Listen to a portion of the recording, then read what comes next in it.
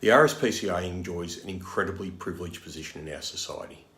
Their regulatory functions and powers are without parallel for a non-government organisation in Australia. That great privilege comes with a responsibility to the community to act responsibly and, above all, to act with integrity and honesty.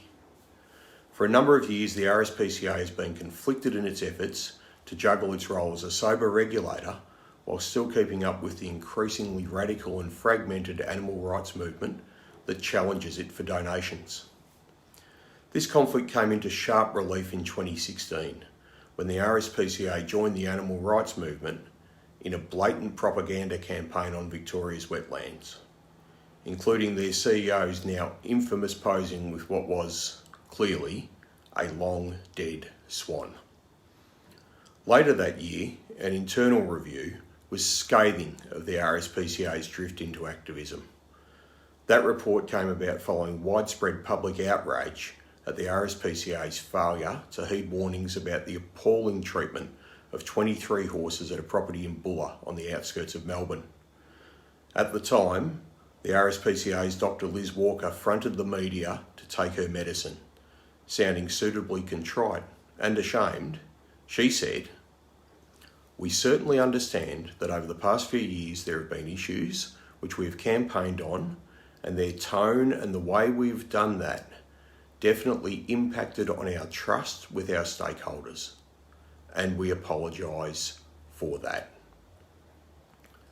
Dr. Walker also acknowledged that the RSPCA's activism had compromised the vital work of their inspectors, saying, "It puts them, the inspectors, in an untenable position to have to do that whilst the organisation that employs them has in the past openly and very emotionally and stridently advocated against the existing laws." Over the past couple of years, but in the past couple of months in particular, Dr. Walker and her RSPCA have been, very emotionally and stridently, advocating against the existing laws. Worse still, the RSPCA has been advocating against the existing laws in a manner that is not consistent, not relevant to their status as an animal welfare organisation, and, above all, not honest. In a 15-page submission on duck seasons in December last year, the RSPCA spent less than 20% of its time talking about its own area of expertise, animal welfare. Most of the submission was dedicated to a very selective skewing of the environmental and population data to ostensibly make a case to ban duck hunting. This trusted animal welfare regulator piously told government that, based on the 2021 Eastern Australian Aerial Waterbird Survey, the RSPCA believes, and I quote, "It is not possible to undertake a sustainable hunting season in 2022. Not possible." The model which was used to determine the conditions of the 2022 duck season in Victoria also used the 2021 Eastern Australian Waterbird Survey as its basis. It was also co-authored by the lead researcher on the Eastern Australian Waterbird Survey, Professor Richard Kingsford. In effect, what the RSPCA is saying to government is that Professor Kingsford's work on the Waterbird Survey is beyond reproach and must be used as a reason to stop duck hunting immediately, but the same Professor Kingsford's work on applying the same survey to setting a sustainable duck season is somehow flawed and should be completely ignored. It's preposterous. The RSPCA simply cannot have it both ways. Professor Kingsford's work is either valid or it is not.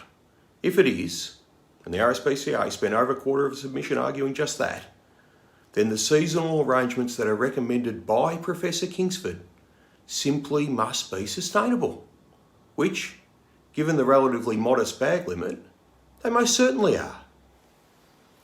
The rest of the RSPCA submission was given over to reheating some push polling that they had commissioned nearly 2 years ago.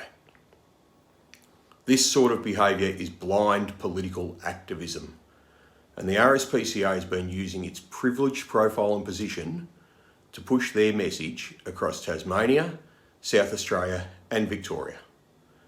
Tellingly, the RSPCA was selective in the poll questions that they've made public. It's one thing to tell someone how you feel about an issue in response to a leading question on the telephone.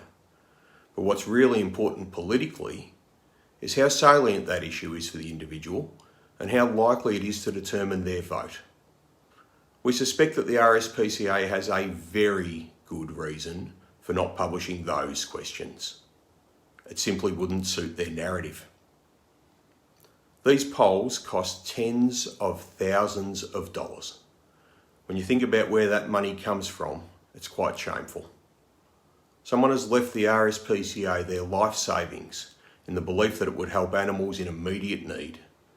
Instead, it's been squandered by some smart aleck lobbyist on a push poll that's so weak that the people who paid for it can only cherry pick a few points from it for publication rather than publishing it in full. The RSPCA is not going to change of its own volition. Why would it? Right now it can have its cake and eat it too. Through parliamentary inquiries in a number of states, the RSPCA has shown an ability to drop a couple of half-hearted mea culpas, offer the odd hollow apology, and then carry on with its deeply conflicted roles like nothing ever happened.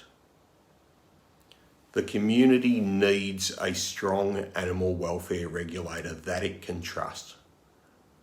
By the RSPCA's own words, we haven't got one. As Dr. Walker said, the RSPCA's campaigning against existing laws puts their inspectors in an untenable position. The question no longer is why does the RSPCA do that?